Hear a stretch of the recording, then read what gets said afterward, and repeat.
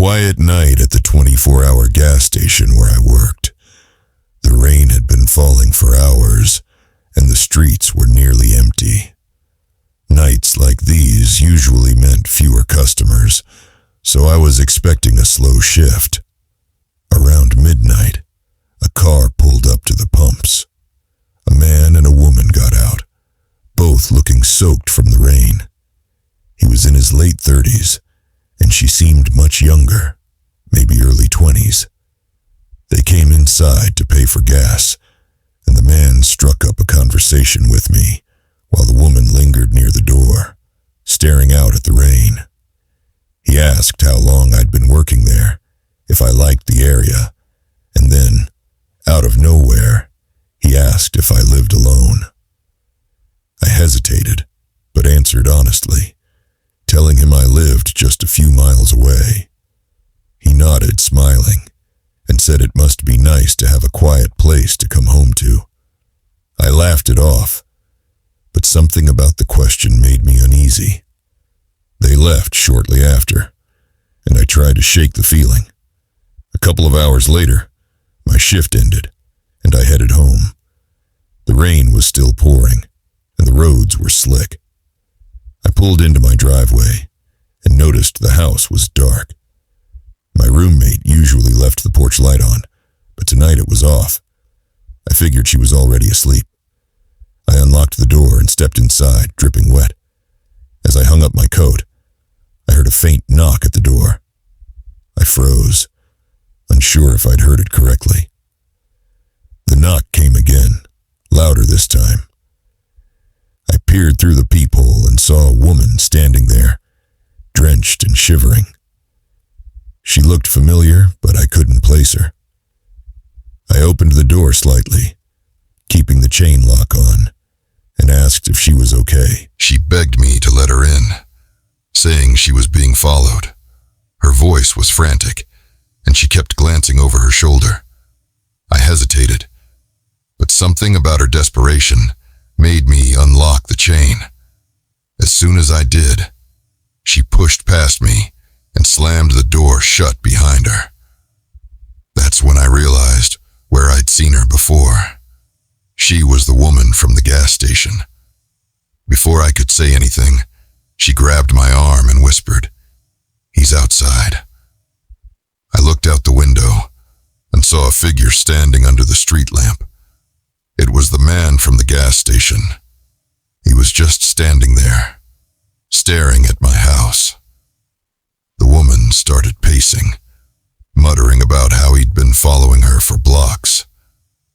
I told her we should call the police, but she shook her head, saying it wouldn't do any good. Suddenly, there was a loud bang on the door. We both jumped, and the woman let out a small scream. The banging continued, growing louder and more frantic.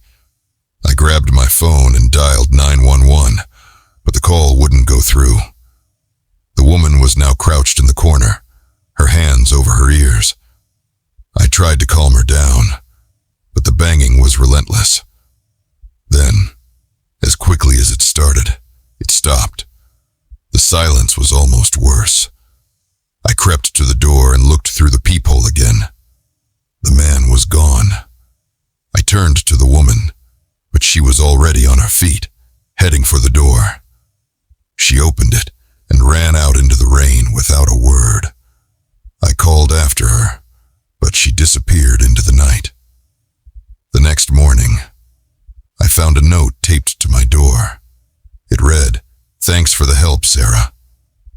My name was spelled out in bold letters, and beneath it was a small drawing of a gas pump.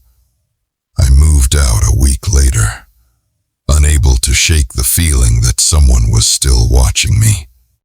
It was a quiet night at the small gas station where I worked the graveyard shift. The station was nestled on the edge of a rural town, surrounded by dense woods and long stretches of empty highway. The only company I had was the occasional trucker stopping for fuel or a late-night snack.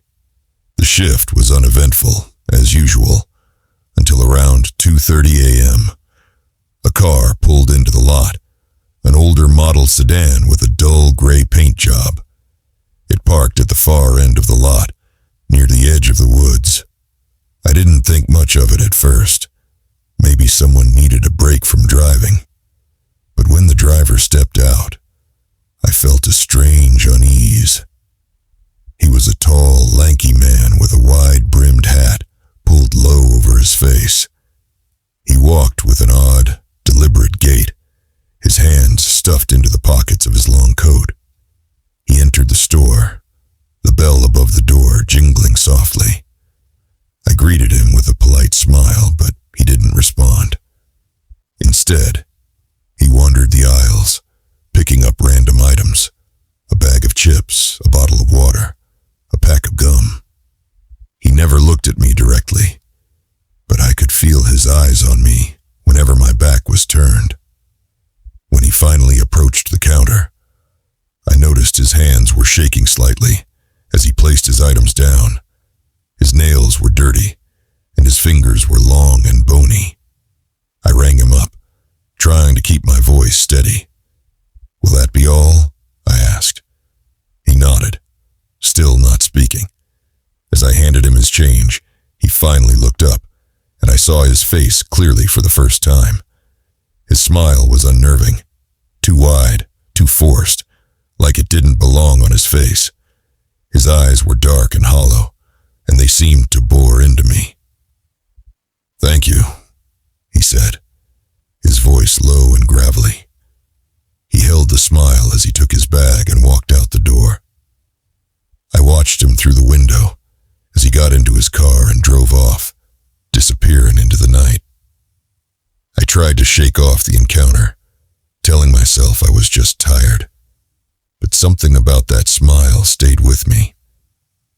It wasn't until I was closing up an hour later that I noticed something strange. The security monitor, which showed the feed from the cameras outside, flickered briefly. I leaned in closer, squinting at the screen. There, in the corner of the lot, near the edge of the woods, was the gray sedan. It was parked in the exact same spot as before. My heart skipped a beat. I hadn't seen it return. I grabbed the phone and dialed the non-emergency police line, my hands trembling. As I waited for them to answer, I kept my eyes glued to the monitor. The car sat there, motionless, for what felt like an eternity. Then slowly, the driver's side door opened. The man stepped out, his hat still pulled low, his coat billowing slightly in the wind.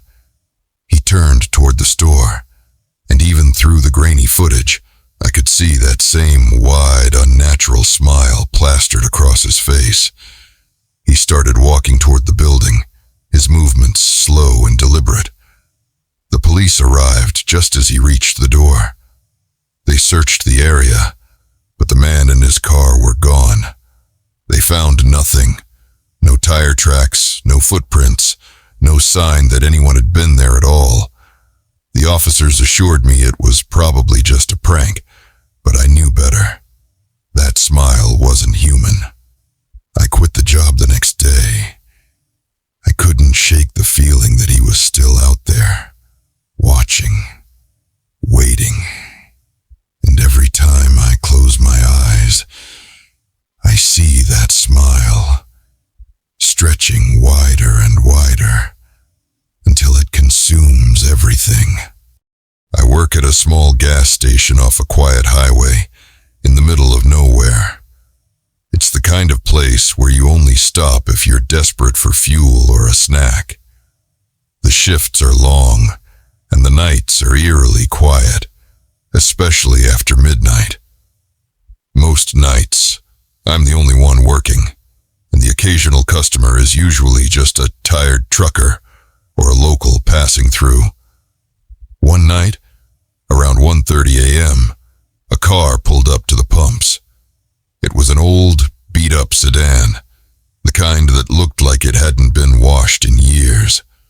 The driver, a man in his late 30s or early 40s, got out and started filling his tank. was wearing a faded flannel shirt and jeans, and his hair was messy, like he'd been driving for hours. He didn't look unusual at first, just another weary traveler. After he finished pumping gas, he walked into the store. I greeted him with a polite, "Hello," but he didn't respond. Instead, he wandered the aisles, picking up random items, a bag of chips, a soda, a pack of gum, but he never looked at me. His movements were slow, almost robotic, and his eyes were fixed on the shelves like he was in a trance. When he finally came to the counter, he placed his items down and stared at me. His eyes were dark, almost hollow, and his expression was blank. I rang up his items, trying to avoid his gaze, and told him the total. He handed me a crumpled $20 bill, and as I gave him his change, he leaned in closer. "You're here alone, aren't you?" he asked, his voice low and gravelly. I froze. My heart started racing, but I tried to keep my composure. "No, my manager's in the back," I lied, hoping he'd buy it. He didn't respond. Instead, he just stared at me for what felt like an eternity before finally taking his change and walking out. I watched him through the window as he got into his car and drove off. But instead of heading back onto the highway, he turned into the empty lot next to the gas station and parked. My stomach dropped. I locked the doors and called my manager, but he didn't answer. I thought about calling the police, but what would I say? A creepy guy bought some chips and parked nearby. It didn't seem like enough. For the next hour, I kept glancing out the window. His car was still there, and I could see the faint glow of his phone lighting up the interior. He wasn't leaving. I tried to focus on my work, but every sound made me jump. The hum of the refrigerators, the creak of the building settling, even the buzz of the fluorescent lights. Finally, around 3 a.m., I saw his headlights turn on. I held my breath as he pulled out of the lot and drove away. Relief washed over me, but it didn't last long. As I was closing up at the end of my shift, I noticed something on the security monitor. The camera facing the parking lot showed a figure standing near the edge of the building, just out of sight from the store windows. It was him. I grabbed my keys and ran to my car, locking the doors as soon as I got in. As I drove home, I kept checking my rearview mirror, half expecting to see his car following me. He wasn't there, but the image of him standing in the shadows stayed with me. The next day, I told my manager about what happened, and we reviewed the security footage. The man had been standing there for over an hour, just watching the store. We reported it to the police, but they never found him. I quit that job soon after. I couldn't shake the feeling that he was waiting for something, or someone, and I didn't want to be there if he came back. It had been a rough few weeks since the breakup. Even though I knew it was the right decision, the emptiness lingered. We weren't toxic or dramatic, just two people who had grown apart. Still, the silence in my apartment felt heavier than ever. To distract myself, I decided to revisit an old hobby, painting. I used to love it, but life had gotten in the way. Now, with all this free time, I thought it might help me heal. I drove to a quiet art supply store on the outskirts of town. It was one of those places that felt frozen in time, with dusty shelves and the faint smell of turpentine. As I browsed the aisles, I noticed a man lingering near the canvases. He was tall, with a scruffy beard and a worn leather jacket. He caught me looking and smiled, but something about it felt off. Too wide, too forced. quickly grabbed what I needed and headed to the checkout. That night, I set up my easel in the living room and started painting. It felt good to lose myself in the strokes, the colors blending seamlessly. But as the hours passed, I began to feel uneasy. The apartment was too quiet, and the shadows from the streetlights outside seemed to stretch longer than usual. I shook it off, blaming my nerves on the breakup in the late hour. The next morning, I noticed something strange. The painting I'd been working on, a simple landscape, had changed overnight. The colors were darker, more chaotic, and in the corner, there was a faint figure I didn't remember adding. It was just a silhouette, but it felt menacing. I told myself I must have been tired, that I'd painted it without realizing. I covered the canvas with a cloth and tried to forget about it, but the changes kept happening. Every morning, the painting was different. The figure grew clearer, its features sharper. It was the man from the art store. His eyes were hollow, his smile too wide, just like before. I started to panic. I tried throwing the painting away, but it kept reappearing in my apartment, propped up on the easel as if it had never left. One night, I woke up to the sound of scratching. It was coming from the living room. My heart raced as I crept down the hallway, clutching a flashlight. The room was dark, but the canvas glowed faintly under the moonlight. The figure was moving. Its head turned slowly, and its eyes locked onto mine. I screamed and stumbled back, dropping the flashlight. When I looked again, the canvas was blank. I called the police, but they didn't believe me. They said it was stress, that I needed rest. I tried to convince myself they were right, but deep down, I knew better. The man from the art store wasn't just in the painting. He was watching me.